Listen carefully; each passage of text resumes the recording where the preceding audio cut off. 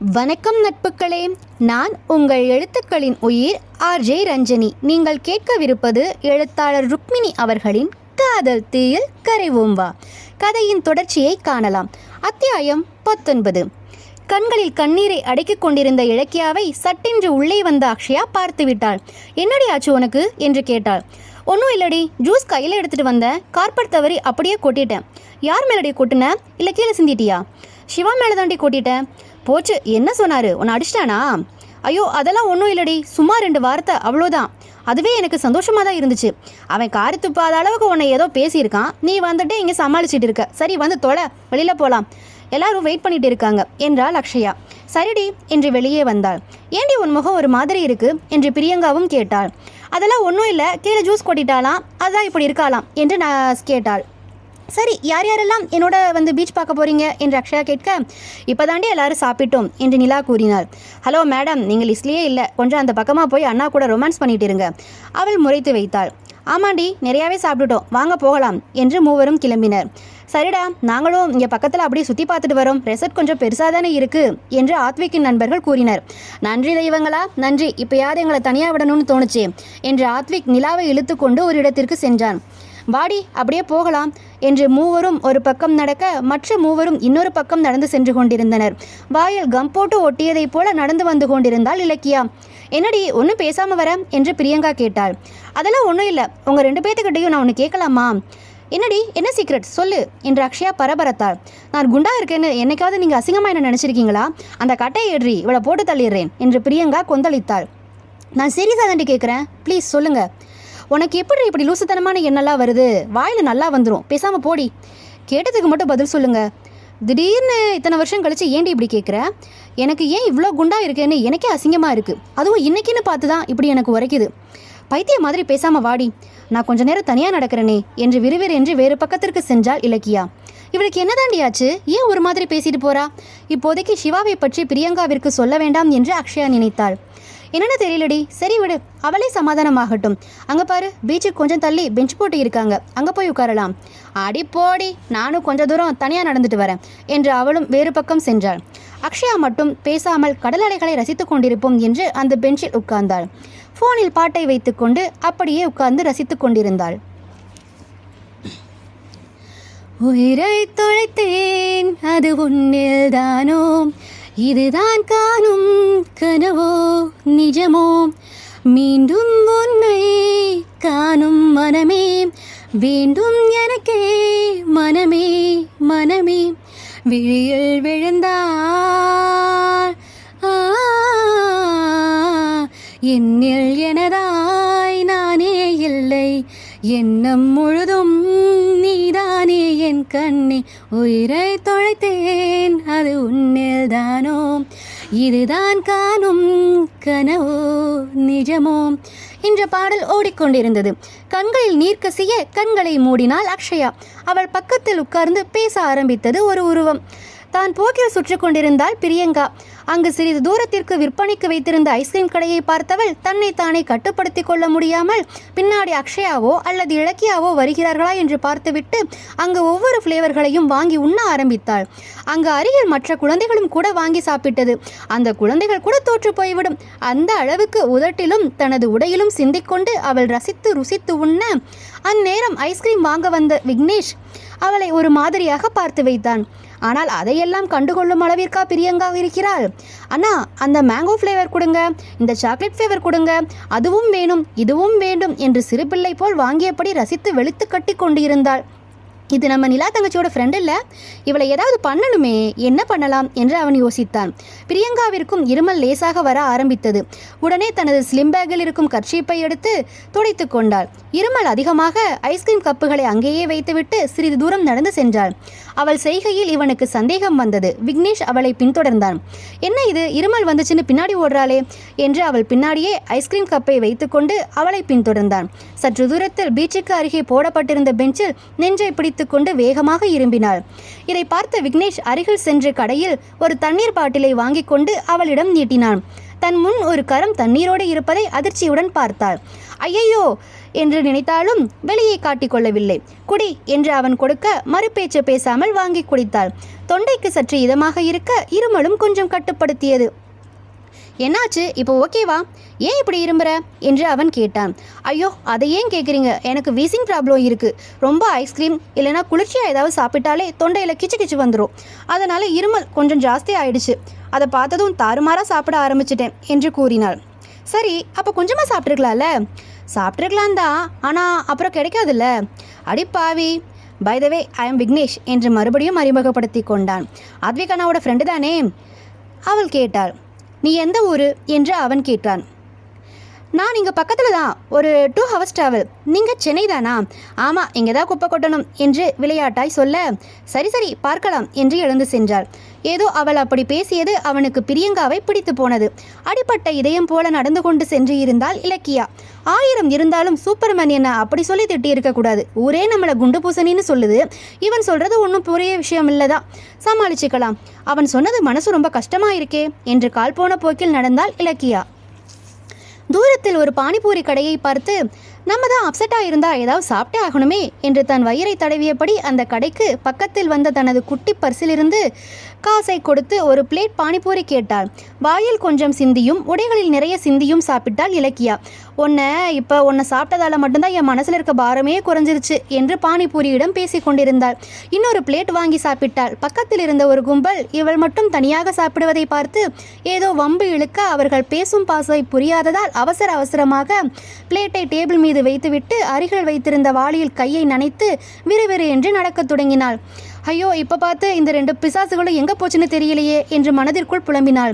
Hello madam, wait என்று ஒரு இளைஞனின் குரல் கேட்டது. சீக்கிரம் ஓடி போயிடணும் என்று மழை வருவது போல் இருட்டிக் கொண்டிருக்க, கடவுளே, என்ன சாயந்தர நேரம் இப்படி இருட்டிட்டு வருது, எங்கடே இருக்கீங்க பிசாசுகளா என்று மனதிற்குள் ஒரு பீதி வர வேகமாக நடந்து அவளின் கையை ஒருவன் பிடித்தான். வெயிட் மேடம், என்ன ஓடுறீங்க என்று அவன் ஆங்கிலத்தில் கேட்க, see we came for picnic, I need to go, please leave me. கைகளை உதற அவன் பிடியோ இன்னும் அதிகமானது. பிக்னிக் வந்திருக்கியா? அப்போ எங்களுக்கும் சேர்த்து பிக்னிக் என்ஜாய் பண்ணு என்று தரதரவென்று அவளை இழுத்துச் சென்றான். பயத்தில் அக்ஷயா அக்ஷயா என்று அவள் கத்த, அவன் இழுத்த வேகத்திற்கு இலக்கியா செல்லவும் முடியாமல் ஓடவும் முடியாமல் மண்ணுக்குள் புதைந்திருந்த ஒரு கால் தடுக்கி கீழே விழப்போனாள். அப்போது மறுபடியும் அலேக்காக ஒரு கை தூக்கிவிட்டது. சூப்பர்மேன் என்று மனதிற்குள் நினைத்த அவள் ஷாட் சூப்பர்மேன் தான் தாங்கி நின்றான். அவளின் மணிக்கட்டை யாரோ பிடித்ததை பார்த்த அவன் ஒரே அடிதான் அடித்தான். ஐயோ அம்மா என்று கையை பிடித்து கொண்டு அந்த இளைஞன் பின்னே நகர்ந்தான். இங்கே என்ன பண்ணிட்டு இருக்க என்று தன் நீல விழிகளில் இலக்கியாவிடம் கேட்டுக்கொண்டிருந்தான். இல்லை, பசிக்கிற மாதிரி இருந்துச்சு, அதான் பானிபூரி என்று அவள் கூற, மேலும் கோபமாக அவளை பார்த்தான். மொரஸ்டான் என்று மனதிற்குள்ளே தன்னைத்தானே கடிது கொண்டாள். சாப்பிட்றது சரி, உன் வாயையும் உன் ட்ரெஸ்ஸை பற்றியும் யோசிச்சியா? அவள் எதுவும் கூறாமல் இருக்க தன் பேண்ட் பாக்கெட்டில் இருந்த கர்ச்சீஃபை எடுத்து அவனே அவளின் உதடு, கன்னம், கழுத்து என்று அவள் பானிபூரி அபிஷேகம் செய்து வைத்திருந்த இடங்களை துடைத்து வைத்தான். அவளோ சிலை என நிற்க, உன்னோட ட்ரெஸ்ஸில் சிந்திருக்கிறத நீயே தொடச்சிக்கோ என்று கையில் கொடுத்து விட்டான் கர்ச்சீஃபை. பல்லை கடித்து கொண்டே பேசி கொண்டிருந்தான். அந்த அளவுக்கு கோவத்தில் இருந்தான். ஹலோ, அந்த பொண்ணுக்கிட்ட என்ன பண்ணிட்டு இருக்க என்று அவனை கேலி செய்தான் அந்த இளைஞர் கூட்டத்தில் ஒருவன். இதுக்கு முன்னாடி அந்த பொண்ணை நீங்கள் என்ன பண்ண பார்த்தீங்க, எனக்கு தெரியாதா என்ன அவன் கேட்டான். அவன் உன் ஆளா, இவ்வளவு பொண்டாட்டியா? ஃப்ரெண்ட்ஸோட பிக்னிக் வந்திருக்கேன்னு சொன்னான். அப்போ நீ தான் அந்த ஃப்ரெண்டா என்று அந்த இளைஞன் கேட்டான். அவன் என் பொண்டாட்டிடா, அதனால தான் துடைக்கிறேன் என்று கையை முறுக்கி கொண்டு அவர்களை அடிக்க மற்ற இளைஞர்கள் அங்கிருந்து ஓடிப்போய்விட்டனர். தரையில் காலை ஓங்கி மிதித்தவன் அவள் அருகில் வந்து, தொடச்சியா இல்லையா என்று கோவத்தில் மறுபடியும் கத்தினான். நான் நாளைக்கு வாஷ் பண்ணி கொடுக்குறேன் என்று தன் கையில் அந்த கர்ஷீப்பை அமுக்க, ஒன்றும் தேவையில்லை கொடு என்று அதனை பிடுங்கிக் கொண்டான். அவன் செய்கையில் விழிவிரித்து ஆவென்று பார்க்க, சீக்கிரம் வா என்று கையை பிடித்து கொண்டு நடந்தான். அவங்க கிட்ட நீங்கள் ஏதோ பேசுனீங்க, எனக்கு ஒன்றுமே புரியலை, என்ன என்று கேட்டாள். தெரிஞ்சு நீ என்ன பண்ண போற என்று கடிந்தான். இல்லை, எனக்கு தமிழ் தவிர வேற எந்த மொழியும் தெரியாது, அவங்க கிட்ட நீங்கள் பெங்காலியில் பேசுனீங்களா, அதுதான் எனக்கு ஒன்றுமே புரியல என்றாள் இலக்கியா. அது பெங்காலி கிடையாது, ஹிந்தி என்று பற்களை கடித்து காரி துப்பிவிட்டான். எனக்கு கை ரொம்ப வலிக்குது, நானே நடந்து வரேன் ப்ளீஸ் என்று இலக்கியா சொல்ல கையை சட்டென்று விட்டவன் அவள் முன்னே கை கட்டி நின்று கண்களையே பார்த்தான். சோழி முடிஞ்சு. அக்ஷயா அருகில் உட்கார்ந்திருந்த உருவம் நல்ல பாட்டுங்க, நைஸ் என்று கூற, ஹாய் கோகுல், உடனே அவனும், ஹாய் அக்ஷயா, உங்கள் ஃப்ரெண்ட்ஸ் எல்லாம் எங்க? தெரியல, அவங்க எங்கேயோ பக்கத்தில் நடக்க போயிருக்காங்க, சீக்கிரம் வந்துடுவாங்க என்று கூறினாள். எனக்கு எல்லாமே டக்கு டக்குன்னு சொல்லிடணும்னு ஒரு ஆசைங்க. என்ன சொல்கிறீங்க, புரியலையே என்றாள். அக்ஷயா, காலையில் உங்களை பார்த்த உடனே எனக்கு ரொம்ப பிடிச்சி போச்சு. I love you. Love at first சைட்னு நினைக்கிறேன். எடுத்த எடுப்பிலேயே கோகுல் சொன்னதும், சாரி, நான் ஆல்ரெடி கமிட்டட். பரவாயில்ல, உங்கள் ஆள்கிட்ட நான் பேசிக்கிறேன் என்று அவன் கூலாக கூறினான். தீப்பார்வை ஒன்றை வீசிவிட்டு சென்றாள் அக்ஷயா. அங்கோ ஆத்விக் மயக்கமாக இருக்க நிலாவை காரில் கடத்து கொண்டு சென்றிருந்தார்கள். அத்தியாயம் 20. காரில் தன்னை தூக்கிச் சென்றவர்கள் யார்? அதுவும் என்னை போய் எதற்கு என்று நினைக்கக்கூட முடியாத அளவுக்கு அவள் கை கால்கள், வாய் என அனைத்தையும் கட்டி போட்டிருந்தனர். வண்டி தாறுமாறாக அந்த ஈஸியா ரோட்டை விட்டு வெகு தூரம் சென்று கொண்டிருந்தது. ஏதோ ஒரு ஸ்ப்ரே அடைத்த பாட்டிலை அவள் மூக்கில் வைக்க தன் சுயநினைவை இழந்தாள் நிலா. 2 மணி நேரங்களுக்கு பிறகு கண் விழித்தவளுக்கு லேசாக பழைய ஞாபகங்கள் வந்து கொண்டிருந்தது. ஆத்விக் நிலாவிடம் ஒரு சர்ப்ரைஸ் இருக்கிறது என்று கூறி அறைக்கு செல்ல கதவை திறந்து உள்ளே வந்தவன் கழுத்தில் ஏதோ ஊசி போன்ற எதையோ ஒன்றை குத்த அவன் அடுத்த நிமிடமே கண்கள் சுருக்கி கீழே விழ அவனை பார்த்த அதிர்ச்சியில் அவளும் கத்த அவளை முழு வீச்சாக மறைத்து அங்கிருந்து கடத்தியிருந்தனர். கடவுளே, எங்கே வந்து மாட்டியிருக்கேன்னு தெரியலையே, என்ன போய் எதுக்கு கூட்டிட்டு வந்திருக்காங்கன்னு தெரியலையே, கடவுளை காப்பாத்து, கடவுளை காப்பாத்து என்று கூறி கத்தப்போக அப்பொழுதுதான் அவள் கவனித்தாள். அவள் வாயில் ஒரு பெரிய பிளாஸ்டிக் ஒட்டப்பட்டிருந்ததை சுற்றி முற்றி பார்த்தவருக்கு ஒரே கும் இருட்டு. தன் தலைக்கு மேல் ஒரே ஒரு குண்டு பல்ப் இருந்தது. யாரோ நடந்து வரும் ஓசையை கேட்டு ஏதோ சொல்ல முற்பட மறுபடியும் அதே மயக்க மருந்தை அவள் மூக்கில் தழைத்தான் ஒருவன். தீப்பார்வையை வீசிவிட்டு சென்ற அக்ஷயா பின்னால் சென்றான் கோகுல். அக்ஷயா, நான் சீரியஸாக சொல்கிறேன். இங்கே பாருங்க, நீங்கள் ஆத்விக் அண்ணாவோட ஃப்ரெண்டுங்கிறதுனால தான் நான் இவ்வளோ மரியாதையாக பேசிக்கிட்டு இருக்கேன். இல்லைனா மேடம் என்ன பண்ணியிருப்பீங்களா? நம்ம மீட் பண்ணி இன்னும் 3 ஹவர்ஸ் கூட ஆகலை. பரவாயில்ல, லைஃப் லாங் உங்களுக்கு கூட வரணும்னு நான் முடிவு பண்ணிட்டேனே. நான் ஆல்ரெடி கமிட்டட்னு சொன்னேன். சரி, ஒரு நாள் என்ன பண்ணுறான், என்னோட பர்சனல் விஷயங்களை மற்றவங்ககிட்ட ஷேர் பண்ணிக்கணும்னு எனக்கு எந்த தலையெழுத்தும் கிடையாது. இதோடு இந்த பேச்சை விட்டுடுங்க என்று விறுவிறு அவன் பதிலுக்கு காத்திருக்காமல் நடந்து சென்றாள். எங்கே போயிட போறா, சுற்றி முத்தி என்கிட்ட தான் வந்தாகணும் மூக்கி என்று சிரித்துக்கொண்டே தன் நண்பர்களை தேடத் தொடங்கினான் கோகுல்.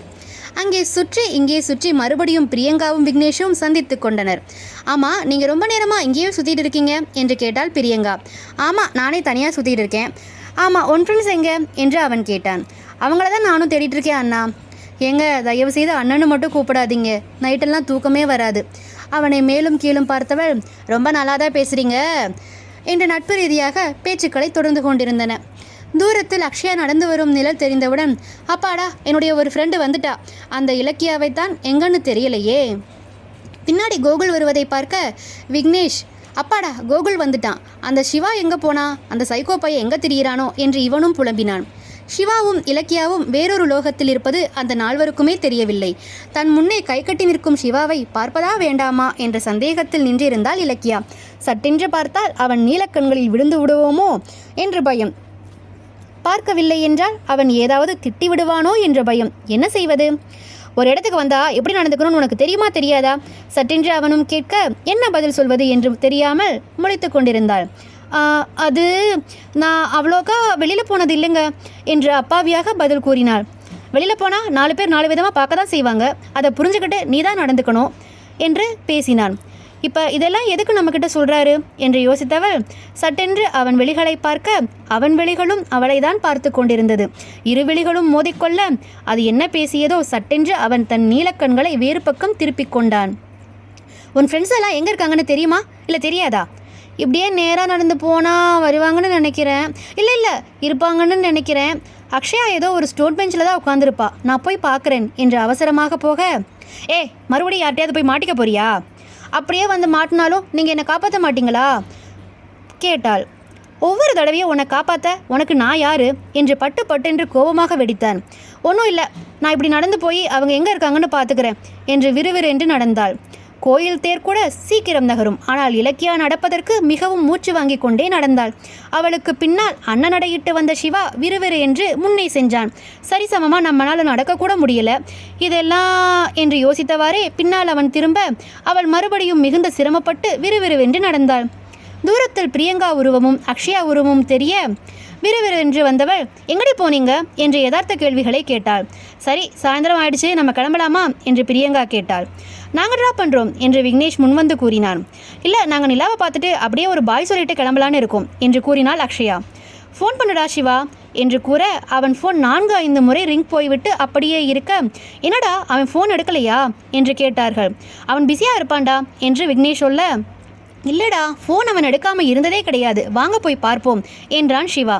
கப்பிள்ஸ் இருக்கிற ரூமில் நம்ம எதுக்கு என்று இலக்கியா கூறும்போதே சிவா பார்த்த பார்வையில் சீக்கிரம் போலாம் வாங்கடி, நிலாவை பார்த்துட்டு சொல்லிட்டு கிளம்பணும் என்று குடுகுடுவென்று அவர்கள் ஐவருக்கும் முன்னே இலக்கியா சென்றாள். அந்த ரூம் ஒரு தனி இடத்தில் மூலையில் இருக்க கதவு இருந்தது. ஆத்விக்கின் கால்கள் மட்டும் வெளியே தெரிந்தது. விறுவிறென்று போன சிவா அவனை உலுக்கிய உலுக்கில் லேசாக கண்களை திறந்தான்.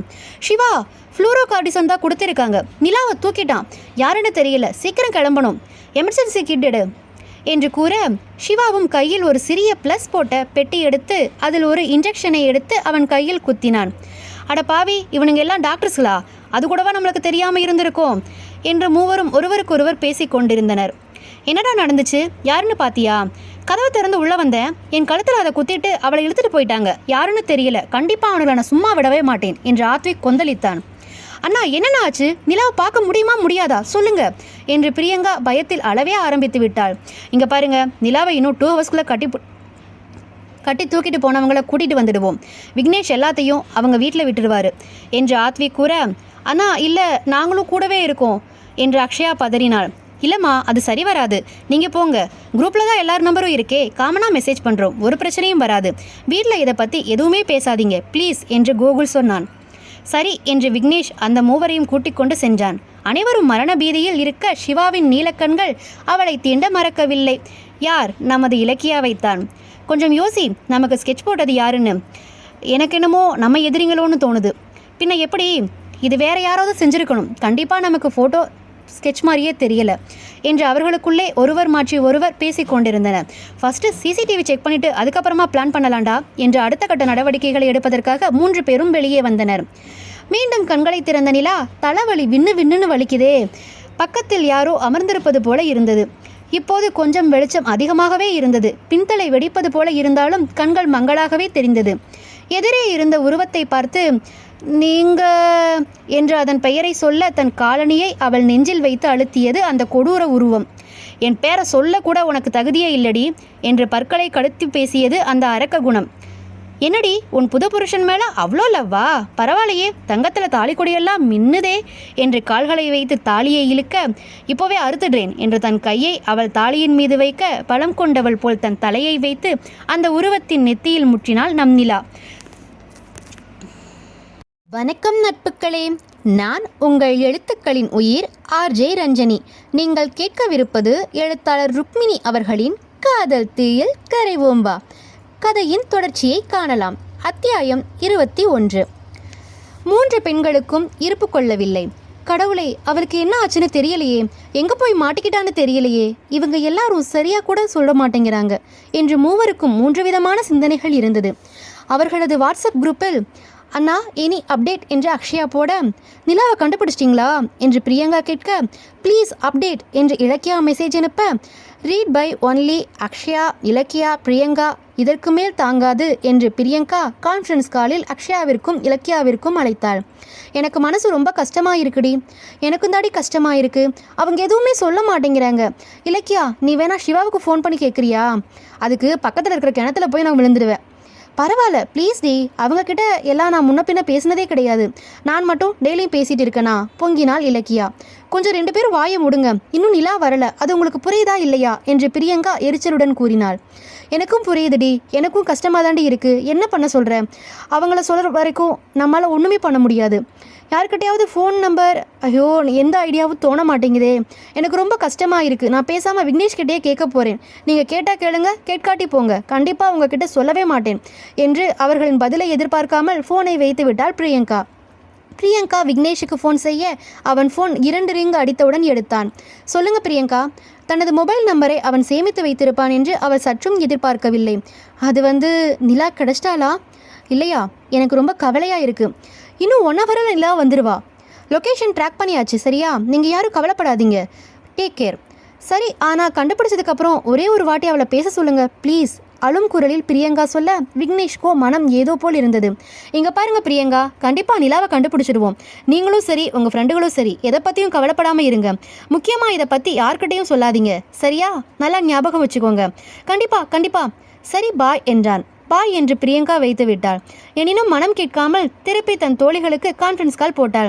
ஏய், நான் விக்னேஷ் கிட்ட பேசினேன்டி, அவர் தான் இன்னும் 1 ஹவரில் நிலாவை கண்டுபிடிச்சிடுவோம், நீங்கள் எதுக்கும் பயப்பட வேணான்னு சொன்னார். அப்படியா சொன்னார்? ஆமாண்டி, அதே மாதிரி அவள் வந்த உடனே ஒரு வாட்டி எங்களுக்கும் ஃபோன் பண்ண சொல்லியிருக்கேன். கண்டிப்பாக அவளை கண்டுபிடிச்சிருவாங்கன்னு தான் நினைக்கிறேன் என்று அக்ஷயா கூற, எனக்கு ஒரு டவுட் இருக்குடி என்று இலக்கியா சொல்ல, எனக்கும் அதே டவுட்டு தான். ஃபஸ்ட்டு நீ எந்த டவுட்டுன்னு சொல்லு. தேவையில்லை, நீ சொல்லு, உடனே நானும் இதைத்தான் நினச்சேன்னு நீ சொல்லுவேன். இல்லடி, எனக்கு என்னமோ அந்த சங்கீதா மேலே ஒரு டவுட்டு. நீங்கள் எல்லாரும் என்ன நினைக்கிறீங்க என்றாள் இலக்கியா. கரெக்ட், ஆனால் அந்த மாதிரி கிரிமினல் வேலை வரைக்கும் அவள் போவான்னு எனக்கு தோணலை என்றாள் பிரியங்கா. யாரையுமே நம்ப முடியாதுடி, அவள் தான் அன்னைக்கே சொன்னால உன்னை கொல்லாமல் விட மாட்டேன்னு. ஒருவேளை அவளாக இருப்பாளோ, நம்ம வேணா இதை அவங்கக்கிட்ட சொல்லலாமா என்று இலக்கியா கேட்டாள். சொல்லுடி, ரொம்ப முக்கியமான விஷயம் இல்லையா? நீ வேணா கோகுல் அண்ணா கிட்ட சொல்லு. எனக்கும் அவனுக்கும் ஆகாதுடி. என்னடி சொல்கிற? அதெல்லாம் அப்படிதான், நீ சிவா அண்ணா கிட்ட சொல்லு ப்ளீஸ். அவன் திட்டுவாண்டி, உரிமை இருக்கிற இடத்துல தாண்டி கோவம் வரும். சிவா அண்ணா கிட்டேயே சொல்லு.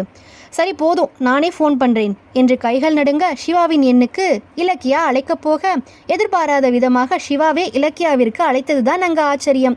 கைகள் நடுங்க அதை எடுக்கலாமா வேண்டாமா என்று வியர்வை நெற்றியை தாண்டி கன்னத்திற்கு வந்தது. எடுத்தாலும் திட்டுவான், எடுக்கவில்லைனாலும் திட்டுவான்.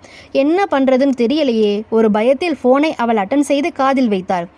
இங்கோ கண்ணீர் வடிய தலையில் பெரிய அடியோடு நிலா உட்கார்ந்திருக்க, என்னடி உன் புருஷன் மேலே அவ்வளோ லவ்வா? எனக்கு கிடைக்க வேண்டியது அது உனக்கா? சீ, தெரியாமல் தான் கேட்குறேன். அப்படி என்னடி உன்கிட்ட இருக்கு? உன்னை தான் லவ் பண்ணுறான்னு வேற அவன் திமிரா சொல்கிறான். உன்கிட்ட என்ன இருக்குன்னு எதை காட்டி அவனை மயக்கன?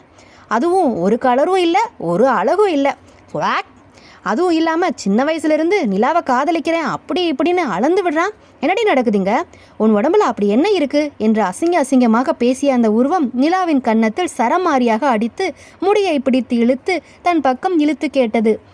ஆ ஆ அம்மா வலிக்குது என்று வழியில் துடித்தவளை ஒரு பொருட்டாக மதிக்காது பக்கத்தில் இருந்த அடியாளிடம், அவ கை கட்டு கால் கட்டு எல்லாத்தையும் கழட்டி விடுங்க என்று சேரில் உட்கார்ந்திருந்தவளை அப்படியே பின்னோக்கி எட்டி உதைத்தது அந்த உருவம்.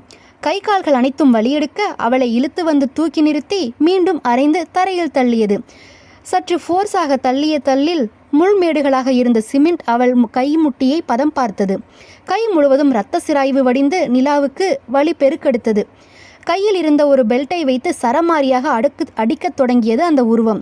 ப்ளீஸ் அடிக்காத, என்னால் வலி தாங்கவே முடியல என்று நிலா கூற, மறுபடியும் அவள் அருகே குனிந்து அவள் கழுத்தில் உள்ள தாலிக்கொடியை பிடித்திழுக்க அதை கெட்டியாக பிடித்து கொண்டாள் நிலா. ப்ளீஸ் வேண்டாம் என்று கெஞ்ச மீண்டும் மீண்டும் கையிலிருந்து பெல்ட்டை வைத்து அடித்தது. விடுடி, இது உன் கழுத்தில் இருக்கவே கூடாது என்று பிடித்திழுக்க சட்டென்று கோபம் கொண்டவள் அந்த உருவத்தை தன் பலம் கொண்டு தள்ளிவிட்டாள். அங்கிருந்து தப்பித்து ஓட பார்க்க கீழே விழுந்த அந்த உருவம், என்னைவே தள்ளிவிடுறியா என்று வேகமாக சென்று அவள் மேல் டாப்ஸை பிடித்து உருவ உள்ளாடை மட்டும் அணிந்து தன் பெண்மையை மறைத்து கொண்டு ஒரு ஓரமாக நின்றாள் நிலா. இங்கே இருக்கிறவங்க எல்லாத்தையும் பார்த்தியா? இப்போ உன்னை நாசம் பண்ணி உன்னை ஃபோட்டோ வீடியோ எல்லாம் எடுத்து நெட்டில் விட போகிறோம். அதை பார்த்ததுக்கப்புறமும் ஆத்வேக் உன்னோட வாழ்வானா இல்லையான்னு நான் பார்க்குறேன் சரியா என்றாள். அங்கிருந்த ஒருவன் நிலாவை கீழிருந்து மேலாக பார்க்க அவள் பார்வையில் கூசியவள், ப்ளீஸ் தயவு செஞ்சு அப்படி பண்ணிடாதீங்க, ப்ளீஸ் என்னை காப்பாத்துங்க என்று கதற ஆரம்பித்தாள். அவள் மீது கை வைக்க வந்தவனை பார்த்து நிலா ஓட ஆரம்பித்தாள்.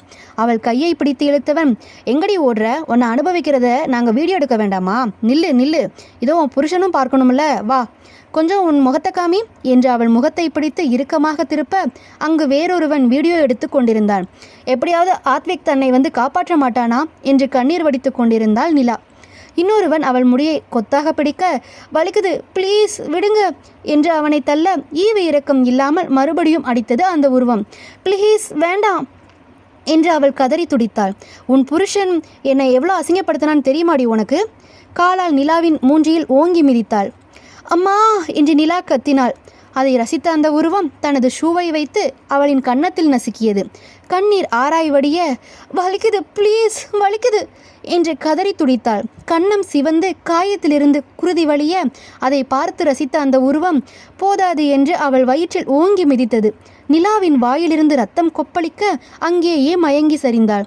அவள் மயங்கிவிடவும் அவளின் வயிற்றில் சரமாரியாக மிதித்து கொண்டே தன் ஆதங்கத்தை வெளிப்படுத்தியது அந்த உருவம். அதிகப்படியாக வயிற்றில் அடிபட்டதால் அவளின் பிறப்புறுப்பிலிருந்து குருதி வழிந்து அவள் உடுத்தியிருந்த பேண்டை நனைத்தது அந்த குருதி. நல்ல வீடியோ எடுங்க, ரத்தம் சொட்ட சொட்ட வீடியோ எடுக்கணும். அதே மாதிரி இவளை அனுபவிக்கணும். எந்த ட்ரெஸ்ஸுமே இருக்கக்கூடாது. எல்லாத்தையும் முடிச்சுட்டு அந்த ஆத்விக்கு அந்த வீடியோவை அனுப்புங்க. அதுக்கப்புறம் நடக்கிறத பார்த்துக்கலாம் என்று அந்த உருவம் எல்லலாக கூறியது. சரி என்ற அடியாட்கள் நிலாவை நெருங்க அவளின் உள்ளாடையில் கை வைத்தான் ஒருவன். இந்த தொடர் பிடித்திருந்தால் நட்புக்களே லைக் பண்ணுங்க, ஷேர் பண்ணுங்க, கமெண்ட் பண்ணுங்க, மறக்காம சப்ஸ்கிரைப் பண்ணுங்க.